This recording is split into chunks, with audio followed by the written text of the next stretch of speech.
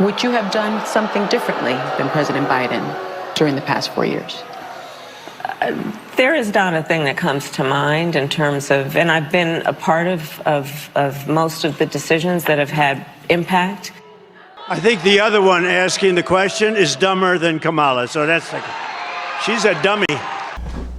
We've got to reach those ridiculous, crazy black men that did vote for Trump. So let me get this straight. If I vote for a party that can't define what a woman is, I'm no longer ridiculous or crazy. If I vote for a party that wants boys in my daughter's sports and restrooms, I'm no longer ridiculous or crazy. If I vote for a party that thinks they can pander to me using kente cloths and hot sauce, I'm no longer crazy. If I vote for a party that has done nothing but destroy my community for the last 60 years and open the borders in order to replace my vote and destroy my community further, I'm no longer crazy. I'm no longer crazy or ridiculous if I vote for the candidate who's been in the office as vice president for the last 3.5 years and admitted to having a large part in pushing the harmful policies that have hurt my country, who can't answer basic questions and is quite possibly the worst candidate in American history, says she's going to bring change while at the same time admitting there's nothing she'd change about the last 3.5 years and made us the laughing stock of the world. And you think I'm the crazy one?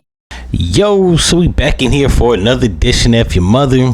And that right there was a young man questioning Sonny Hostin's remark that she said on The View that they have to change the minds of ridiculous and crazy black men. Now, she didn't refer to Cuban men like that or white women, but when it came to refer to black men, we was the crazy and the ridiculous ones. So my man laid out perfectly, like, what the fuck is ridiculous or crazy about us wanting to vote for Trump. At this point, any person that's a person of color or black that's voting for Kamala Harris is remedial.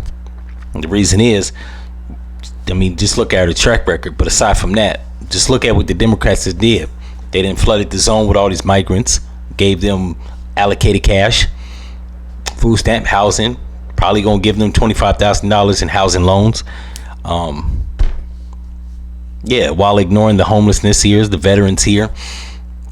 They've sent $210 billion over to Ukraine for the war that's going over there, while neglecting the people here during the Helene hurricane and the other hurricane. You only give them $750 that they had to apply online. I'm trying to figure out how you apply online and you ain't got no power, let alone Wi-Fi. So, yeah, like, these talking heads, namely these black show hosts, they're like paid Democrat shills. What I will say is, for every black person with a half-working brain, don't listen to them, because these people will try to insult your intelligence by insulting you and then insult your intelligence. And I know that didn't make sense, but it didn't have to. It made more sense to Kamala. The fact that she can't answer a straightforward question and we're supposed to vote for her. Nah, she does a whole bunch of incoherent babbling and ranting.